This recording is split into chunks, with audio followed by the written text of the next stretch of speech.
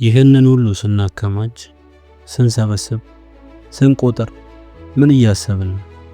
ቤቶቻችን ሞልተዋል፣ ባንኮቻችን ተጨናንቀዋል፣ ቁምሳጥኖቻችን ልብስ አልቀበል ብለዋል። ነገር ግን በውስጣችን ያለው ክፍተትስ ስለሱ አስበን እናውቃለን? አይመስለኝም።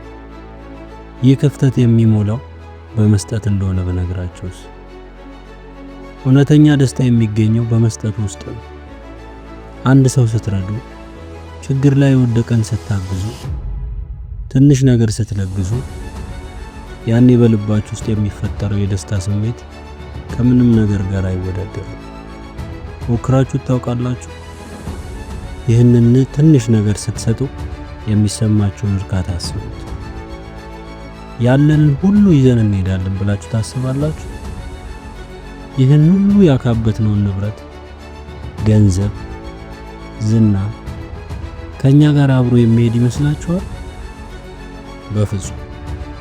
መጨረሻችን አንድ ነው። ሁሉም ይቀራል። ታዲያ ለምን ይህን ያህል እንታገላለን? ለምን ይህን ያህል እናከማቻለን? እውነቱን እንነጋገር ከተባለ እኮ እኛ የራሳችን የሆነ ምንም ነገር የለንም። ይህ ሁሉ ጸጋ የተሰጠን ነው ለመጠቀም፣ ለመካፈል፣ ሌሎችን ለመትገም እንጂ ለራሳችን ብቻ ለማቆየት አይደለም። ይህን ስናውቅ እንዴት እንሰስታለን? እንዴት ሌሎችን እንነፍጋለን? የተፈጠርነው ለመስጠት ነው። የሰው ልጅ የተፈጠረው ለራሱ ብቻ ለመኖር አይደለም። የተፈጠርነው ለመተሳሰብ፣ ለመረዳዳት፣ ለመደጋገፍ ነው። በደማችን ውስጥ እንኳን የመስጠት ባህሪ አለ። ይህን ታውቃላችሁ? ደማችን ለሌሎች ሕይወት ይሰጣል። ይህንንስ አስተውላችሁ ታውቃላችሁ? ታዲያ እኛ ለምን እንሰስታለን? ለምን መልካምነትን እንከለክላለን? እስኪ ቆም ብላችሁ አስቡ። በሕይወታችሁ ውስጥ ምን ያህል ጊዜ ሰጥታችኋል? ምን ያህል ጊዜ ለሌሎች ደስታ ምክንያት ሆናችኋል? ያንን ጊዜ አስታውሱ። ያኔ ምን ተሰምቷችኋል? ያ ስሜት አሁንም በውስጣችሁ አለ? ወይስ የሰጣችሁት ነገር ትንሽ ስለሆነ ቶሎ ተረስቷል? ከዛሬ ጀምሮስ ምን ለመለወጥ አስባችኋል? ስግብግብነትን ትታችሁ ለመስጠት ተወስናላችሁ?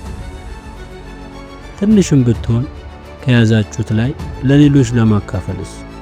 ያኔ በሕይወታችሁ ውስጥ የሚመጣውን ለውጥ ታዩታላችሁ። ውስጣችሁ በሰላምና በደስታ ይሞላል። ደስተኛ ትሆናላችሁ። ወዳጆቼ፣ ስግብግብ አትሁኑ። በመስጠት ውስጥ ታላቅ ደስታ አለ። ይህንን ወቁ። ይህንንም ተረዱ። ዛሬውን ጀምሩ። ትንሽ ነገር በመስጠት እንኳን የሕይወትን ትርጉም ታገኛላችሁ። ለዛሬ ያለኝ መልእክት ይሄ ነው። ቪዲዮ አነቃቂና አስተማሪ ነው ብላችሁ ካሰባችሁ ቻናሉን ሰብስክራይብ እና ላይክ ማድረጋችሁን እንዳትረሱ። አመሰግናለሁ።